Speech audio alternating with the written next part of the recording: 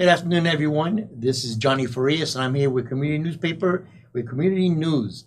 And today it is an honor to bring on two women entrepreneurs who are going to talk to us about what it is about being a woman owning their own business. First, I want to start with Marta Vega. Thank you for coming on. And we have Yusimiry Ramirez, who also is a business owner. She has an adult daycare. My first question, Marta. First, how are you doing, Marta? I'm doing great. First of all, thank you, Johnny, for having me here in this program. To us as a national community service, it's an honor to participate in this event to inform the community about everything that we are working together during several years. And I thank you for the opportunity and thank you for everything you do for our community. Thank you, Marta. Thank you, Marta. Yusimiry, how are you doing today?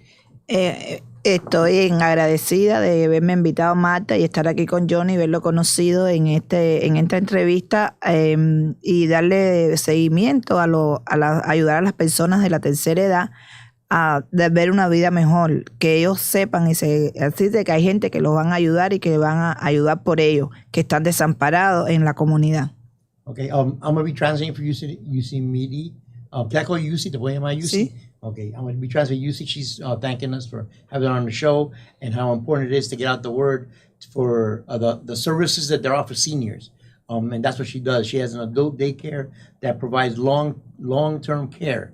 And we're going to be getting into the services that she does now. Let me start with Marta. So, Marta, as a woman business owner, what made you get into owning a business?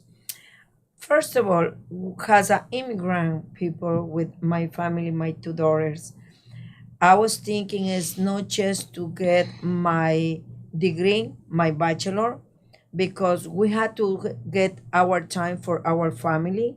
And the only way to get that is being a business people, like women or men. In my case, has been for almost 30 years, father and mother for my two daughters. Mm-hmm. I was thinking to open my own business. And I opened my first business in Miami Beach in 1994, was a check cashing store, Western Union, and immigration services. Wow. So at that time, I had my bachelor in education, and I'm a star as a teacher in Miami-Dade County Public Schools, BPK teacher, but I was not enough. So I was thinking it's something else I need to do due to the financial situation for my two daughters and myself. So I opened at that time in 1994 my first check cashing store in West Avenue, Miami Beach. I've been having that service for several years, more than 20 years. And that business gave it to me the opportunity to pay the college for my daughters. They owe $0, and my education too. So it was my dream to open my own business to be free. Wow, that's a great story. Yusimiry, what made you want to open up a business? Yusimiry, ¿qué le hizo para abrir su propio negocio? Yo le voy a explicar, yo hice abrir mi propio negocio porque hacía 4 años atrás yo hice el servicio de Cheche, de cuidar a los participantes de la tercera edad en su casa. Yo le brindaba el servicio y siempre me giré por la persona de la tercera edad, una que yo fui criada con una persona de tercera edad que fue la que me crió, y siempre he tenido esa bondad de unirme a esas personas que nos necesitan en un momento determinado, tener este servicio en las casas. Y ahí surgí abrir un adult daycare, donde yo sabía que mi servicio iba a ser muy excepcional, ayudar a las personas que me necesitan en todas las cosas que yo los puedo ayudar. Y soy tan orgullosa porque soy una madre soltera y sola he abierto un negocio que no sabía ni manejar una computadora, ni sabía biliar, ni sabía hacer nada. Hice mis contratos y sigo para adelante, sigo entregándome de alma y corazón a la comunidad y a las personas de la tercera edad. Okay, that's hard to translate, but to give it to you in the short sum, she was raised by her grandmother, who's an older person, and when she took a certification to be able to help and work with with seniors. So that helped her thought about getting her own business. And as being a single mom, Financially, she wanted to also open up a business to help her in that. And she's proud of that because she helps in many different facets in the community for seniors. And even before the show, I had a pleasure to talk to UC, who gave me a lot of insights on the programs and what her company does, which I'm going to run by you real quick. One, her company actually picks up the seniors from the house. Ustedes recogen las personas de tercera edad de su casa. She Sí. picks them up. She brings them to the center, which is on Bird Road and 108th. And they eat breakfast, they eat lunch. They have games, they have different events that they do. And at the end of the day, she brings them back to the house. So for the seniors that don't have things to do during the daytime, that's what they provide, which is an excellent service. Marta, what services do you provide? After my own business in 1994, as an immigrant, I opened the first organization to help the community. We opened at the time with the people from Costa Rica, from Honduras, from Peru, from Colombia, and Ecuador. And we used the same part of the office, and we served them doing immigration paperwork. I studied paralegal to help them to fill up all those documentation papers, because at that time was a lot of people that they need help, and the lawyer office is too expensive. So at that time we helped them to do immigration paperwork, like permit to work, TPS, asylums, and N400, which is citizenship, and it's all the kind of documentation that we've been helping with them. And besides that, we have like 3 or 4 lawyers that they've been supporting us to help and review the paperwork so we can submit to the government office, Homeland Security, or depending on the office that we had to do. Besides the immigration services, we've been helping the community with free classes to study English as an ESOL, as a second language. And we give it to the residents, the classes to be a citizenship. Because a lot of people, they apply for M400 to be citizen, but they don't speak English. They don't know the law, they don't know the rights, they don't know anything. So we give you the tools to them, we give you the classes so they can get ready to go and pass the test. So we give you job opportunity, English classes, immigration services, and besides all of that, we give it to the community like 500 of 1,000 baskets of food every single month in different areas and different districts, together with USDA department and fund share. So we're serving all of that to our community. And a lot of these services are free. A lot of the services is free, but we work with the income too. Because if the people, they don't have income, if they don't have money, they can come to National Community Services. We help them. We give you the opportunity to get all the information, all the paperwork, all the opportunity to get the services so they can get that dream and live with dignity in this country. Okay, so for our viewers out there, we want you to know that National Community Service will help in immigration services, as in filing for your citizenship, for TPS, Auxilio. They help in looking for work opportunities, certified translations, and you said documents that you certify documents to be able to use in their country. Exactly. Okay, and it's all free services. As free services or depend their income. Depending on their income. Okay, that's awesome. And I know I've worked with National Community Service before when I was a councilman, and yes, I know they do a lot of great work. So their phone number will be on the screen. So if you know anybody or you have needs of any services, please reach out to Marta. She has a team ready to go, and they said she has 3 or 4 attorneys at her disposal to be able to help. UC, in your own words, what are the services that you're providing? ¿Cuáles son los servicios que usted está dando? Ya yo lo dije antes, pero lo quiero oír de usted. Okay. Los servicios que yo ofrezco es a través del programa de Lontenkea. Es el servicio que todo el mundo conoce en la comunidad, que es la Alianza. A través del servicio de la Alianza nosotros trabajamos a través de los seguros. Ese servicio es un programa que se le dan a las personas de la tercera edad, un fondo federal para ellos lograr a tener este servicio en la casa y ir a un adult daycare, y también les sirve para un home donde ellos con este programa pueden asistir a esos 3 lugares, y el gobierno le da ese fondo federal al long term care.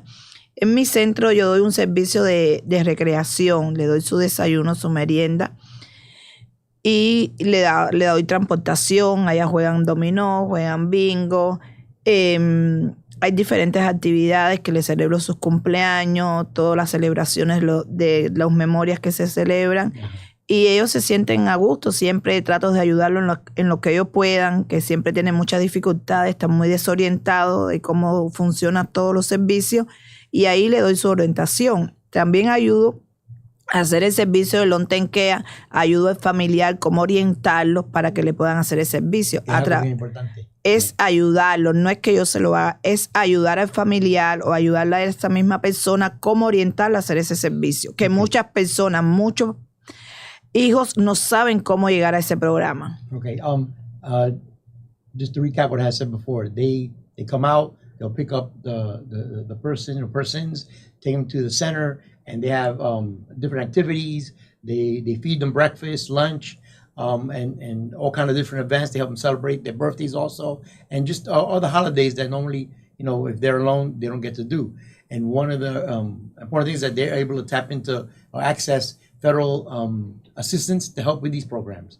And one of the other things that she provides is the long-time care help the son or whoever is their primary caretaker to fill out the application so they can get this long-time care. She helps them, guide them in the right direction, and I guess helps them fill out applications so this way they can properly help their grandmother or their mother, the senior, to be able to fit into this program. And she has said before, she's a single mom. One of the things, I originally wanted to do the show to highlight women entrepreneurs. But when I was talking to them, other things started coming up, and like with the new, which I want to touch base real quick, this new, the SB 1718, which is the immigration law that the governor signed, and it came into effect now this July 1st. My first question is Yusimiry. La nueva ley que salió, ¿cómo está afectando a usted y lo que usted hace? Bueno, la nueva ley que salió está afectando porque los personas de la tercera edad, ellos se quejan de cómo sus servicios de food stamp, de Medicaid, se le ha perdido. Tengo participantes que llevan 3 y 4 meses esperando que le den su respuesta para coger su ayuda de alimento, y con su Social Security que le dan no le alcanza para ¿cómo se llama? Para abastecerse, para poder sobrevivir. Y entonces tengo también participantes que no lo ayudan tampoco a coger el Medicaid. Entonces yo a través de long term care trato de ayudarlo a coger el Medicaid. Okay. What she is saying is that this law, because of the immigration law, is affecting because a lot of the funds and grants are frozen. And it's not only for just undocumented. They have brought up that a lot of the seniors are retired, and they've been working here for 34 years under an ITN number, which is a number that they're allowed to work, and they pay taxes. So we're talking about people, seniors that have worked, have put their time in, given their money for their part of the taxes, and now because they're still considered undocumented, they cannot get this care. Sí. Okay, Marta. Yes. How is it affecting what you do? Oh, a lot. First of all, the new law that Governor DeSantis signed and is effective signed July 1st affect to all the immigrant people. First of all, those that they don't have yet the application due to the cross the border, they don't have the application to do asylum. All those Cubans, they came to the United States and they don't have the opportunity to apply for 1 year, 1 month. All the people, they don't have documents because they are in process to get their documents.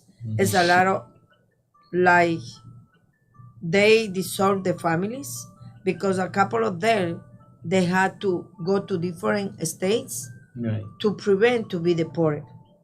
And the farmers, We went to the farmers because we help a lot all their families to get their status, to teach English, and to give you the tools to defend their rights. So a lot of the people is affected right now because they divide the families, they divide the society. Because if they divide the families, son, daughters, husband, wives, the society is going to be destroyed. So we fight as organization with different organizations together as Right. Amigos for Our Parts, National Community Services, Francisco Morazan, that we've been working with the ensigns. They get that TPS and we work hard to get that TPS.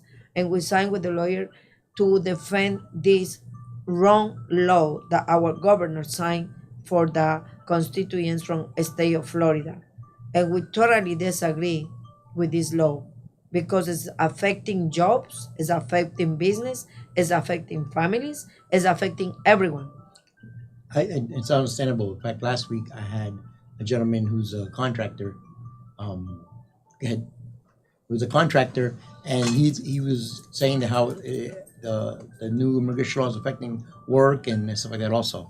But yeah, one of the things I want to, like I said, I wanted to highlight was the women entrepreneurs and how much, it's grown. I had earlier looked up, and in the SBA website, it says that it's from 2022, there is over 18 million women business owners, and they contribute 2.1 trillion to the economy, which is a lot. And if I'm correct, 42% of all businesses are women owned. In your opinion, how much harder you think you had it to own and operate your business as a woman, instead of if you would have been or another man? It's really harder than men, believe it or not. Until 2023, in this time, it's hard because when we approach to the city, to the state, to every office, it's a lot of things extra to me because when I see all the requirements, I always ask them why we have to complete this and the other businesses doing the same thing I am doing and they don't ask for all the other extra requirements because it's not by the law. And that is hard when you see until now, it's like, to me, I feel like discrimination with the women's business women. And that is something that until now we try to do seminars with all the little and big businesswomen that they have their own business and teach them, look, you have to follow this procedure because when you go there, if you are doing the same thing, it's not the same thing like the bunch of men or businessmen. Right. It's, it's something like in the United States happened that is incredible, but it's true. Because I've been dealing with different kind of business with National Community Services is a non-for-profit organization, 501c3, qualified by federal department. And we had to do a lot of stuff because they asking, we are dealing with women, we're dealing with children, we're dealing with this. Right. But why they don't asking that for all the top of business like just men's and millionaires men's? And I don't want to mention names, but you got that, who are them, Understood. So why us? But even that, we keep going. Nobody stop us because we have our dream and we have to keep going. We have to keep going and we have to do and follow our dreams to go and complete the goal. That's very admirable, Martha. Yusi, I want to say it in English, and then I'm going to ask you the question in Spanish. I know you're a single mom. You opened up a new business. You had to go to school. The difficulties that you find, you think if a single father was doing the same thing, would they have the same difficulties? Usted como una mamá soltera con hijo, trabajando, estudiando y tratando de abrir su propio negocio. ¿Usted cree que fueran las mismas dificultades si fuera hombre? Bueno, no creo que los hombres no tengan esa capacidad de lidiar con tanta responsabilidad arriba. Okay. They are not to multitask. Sí, They are not to no, multitask. yo me expreso en la parte de la de la parte cubana, de los hombres latinos cubanos, que ellos se enfocan en ellos mismos. Ellos no enfocan desde que su mujer pueda salir adelante y pueda ser una mujer emprendedora. No, ellos no funcionan de esa manera. Ellos funcionan de que tú no puedes y te tratan de eliminar de que como tú no puedes hacerlo, ¿por qué no lo puedes hacer? Si la mujer y el hombre tenemos el mismo derecho y el mismo deberes. Verdad. You see, you said, for those that don't speak the Spanish and don't understand, that she feels like men don't have the capacity to multitask. To be Exactly. able to raise children, work, study, and start a business. And look, I mean, obviously I'm a man, and I'm gonna tell you, I have two of the strongest women in my life: my mom and my wife. My mom till I was 17, even till now when I went to the service, when she signed for me to go to the service, and then my wife, who I've been married to for 33 years, who has helped me get to where I'm at today, because obviously I didn't do it alone.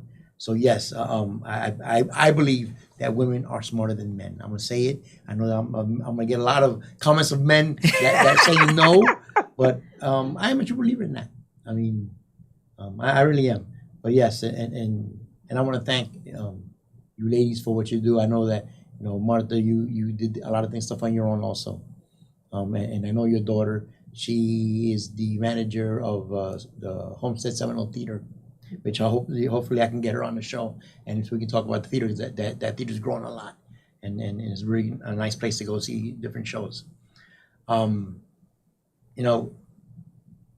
All through the last few years, we've seen women have fought for equal pay, which we still don't have equal pay for equal work. We still a fight in progress. How equality, we talk about equality, but I mean, at the end, we really don't have it. We don't.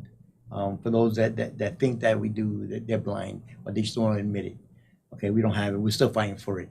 This is a country that's progressing and it's going to keep progressing. That's the beauty of our country. Okay, the opportunities that we have, and you two ladies are an example of that. You've came as immigrants and worked, raised your children, and you have your business, and you're being very productive, and you're giving back to the community because you have a nonprofit. You give back. You help the seniors, and you're giving back to those seniors that might not have someone, and that's very admirable. And we're gonna talk after, because I think my mom can definitely benefit from going to your program, because I would love her to be able to do things during the day, instead of being at the house. But yes. So I want the audience to know, if you have a senior or your neighbor or someone in your family that is not doing nothing, and you want them to be busy, because once they retire, they figure out what they want to do. Call Yusimiry. Her number is on the screen. They have services. They'll pick them up. She's also in the process of opening up a transportation business. Usted está en el proceso de abrir su compañía de transporte. Sí, estoy tengo dos funciones. Estoy abriendo una fundación de personas de la tercera edad y estoy siguiendo a ver una compañía de transporte de cómo los viejitos, ayudarlos a transportar a las clínicas, también ayudan a hacer un servicio que lo ayudan a hacer mercado. Estoy en ese camino de la fundación y una compañía de transporte. Okay. You see, this is a perfect example, gentlemen. Yusimiry has two other works in progress: the transportation business and the foundation. I'm an electrical contractor, and I only have one company, and I have my hands full. We have two ladies in front of us that have multiple hats, because you're also a consultant. Yes. You do, you like I said, you work for the education system in Dade County. You have the nonprofit, and I know you're always in the community. I mean, I take my hat off to you ladies. I really do. Yo me quito el sombrero a ustedes, porque ustedes son mujeres de un ejemplo que hacen tanta cosa. Como yo soy electricista, yo tengo un negocio y estoy hasta aquí. Ustedes tienen tantas cosas y sí, Johnny, es una vida que no es fácil, pero tampoco no creo que sea difícil, y toma su tiempo, pero solo a paso. Siempre mi vida, cuando abrí el Adult Daycare, siempre me pensé abrir una fundación, porque ahí me ayuda cómo ayudar a mis participantes y ayudar a los participantes de la comunidad que me necesitan. Y a recibo de esa me entrevisté con un muchacho y averigüé de la vida de los transportes, que a ver si yo podía abrir la compañía de transporte, porque me sirve que hay viejitos que no tienen ni que lo lleven al mercado, no tienen ni que le hagan, lo lleven al doctor. A veces las guaguas de las clínicas no le funcionan, le llegan tarde. Y yo creo que es todo lo que sea para ayudar a las personas de la tercera edad en la comunidad, yo creo que quiero seguir ese camino y ahí voy a fundir a seguir creciendo más en esa vía. Okay. Todo lo que sea para ayudarlos a ellos, yo quiero seguir adelante. Yusimiry is explaining to me that the transportation business, she got into it because she sees the necessity in the community. There's a lot of seniors that don't have the means to go to the grocery store. A lot of times they got to call in to go to the clinics, and sometimes the clinics are they're full, or depending on their schedule, the doctor's appointments don't coincide with with the way the transportation people can get on time. And so she sees this necessity. So that's motivated her to open a transportation business to help, for these matters. Like I said again, there are so many stories and women entrepreneurs, women business owners out there that are doing great things. I know only time will show that women are gonna do more in business than men do.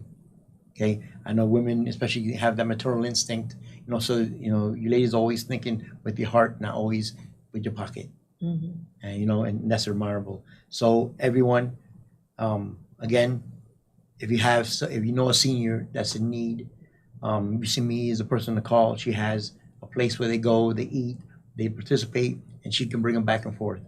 If you know a person that needs citizenship help, or any kind of immigration help, Martha is the person to call. She will help facilitate it, and most of the time, and like I said, economically they're able to help. Mm-hmm.